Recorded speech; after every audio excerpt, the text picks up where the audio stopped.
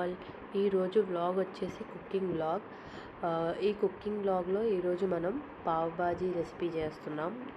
ఈ రెసిపీ కోసం చాలామంది అడిగారు.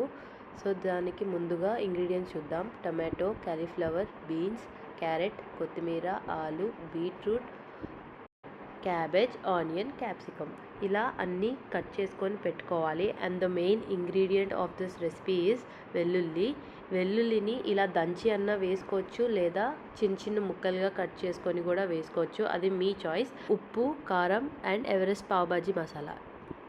ఇప్పుడు ఒక కుక్కర్ తీసుకొని ముందుగా కట్ చేసుకున్న ముక్కలు వేసుకోవాలి.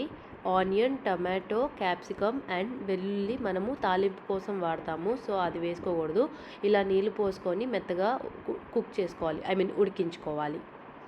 చేత్తో నలిపితే మెత్తగా నలిగిపోవాలి. ఇంకా మెత్తగా చేసుకోవడానికి, ఇది స్మాష్ చేసుకోవడానికి పప్పు గుత్తి అంటారు కదా, అలాంటిదే మోడర్న్ వర్జన్ ఇది ఇప్పుడు. సో దాంతో మెత్తగా ప్రెస్ చేసుకోవాలి. ఇంకొన్ని ముక్కలు ఉన్నాయి అని డౌట్ వస్తే చేత్తో కూడా మిక్స్ చేసుకొని మెత్తగా చేసుకోవాలి. ఇప్పుడు ఒక స్టవ్ ఆన్ చేసి కడాయి పెట్టుకొని నూనె పోసుకొని అందులో వెల్లుల్లి వేసుకొని గోల్డెన్ బ్రౌన్ వచ్చేదాకా వేపుకోవాలి.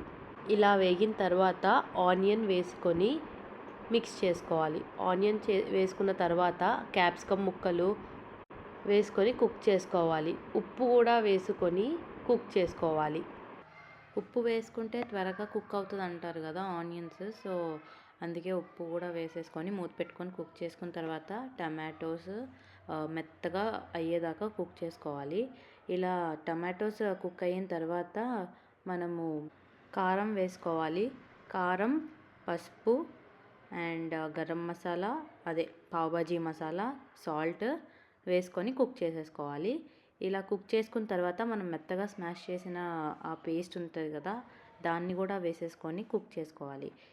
ఇప్పుడు ఇది కుక్ అవ్వడానికి వాటర్ పోసుకోవాలి. లైక్ కన్సిస్టెన్సీ మీ ఇష్టము, ఎంత కావాలో అంత పోసుకోవాలి. లాస్ట్లో ఉప్పు చెక్ చేసుకొని సరిపోకపోతే చెక్ చేసుకొని సరిపడా అంటే టేస్ట్కి తగ్గట్టు వేసుకోండి. లాస్ట్లో కొత్తిమీర వేసుకొని నిమ్మకాయ పిండుకొని గార్నిష్ చేసుకుంటే అంతే, వేడి వేడి pav bhaji recipe ready. And ఇప్పుడు బ్రెడ్ అనేది మేమేమి ఇంట్లో ప్రిపేర్ చేసుకోము, సో బయట నుంచే తెచ్చుకున్నాము. సో ఆ బ్రెడ్ వేయించుకోవడానికి బటర్ తీసుకోవాలి. బటర్ వేసుకొని జస్ట్ మనం నార్మల్ బ్రెడ్ ఎలా రోస్ట్ చేసుకుంటామో అలా రోస్ట్ చేసుకోవాలి. సో ఇలా మెత్తగా రోస్ట్ చేసుకొని సర్వ్ చేసుకుంటే రెడీ, వేడి వేడి pav bhaji recipe ready. Hope మీకు ఈ పావ్ బాజీ రెసిపీ నచ్చిందని అనుకుంటున్నాను. If so please do like, share and subscribe to my YouTube channel. Thank you for watching.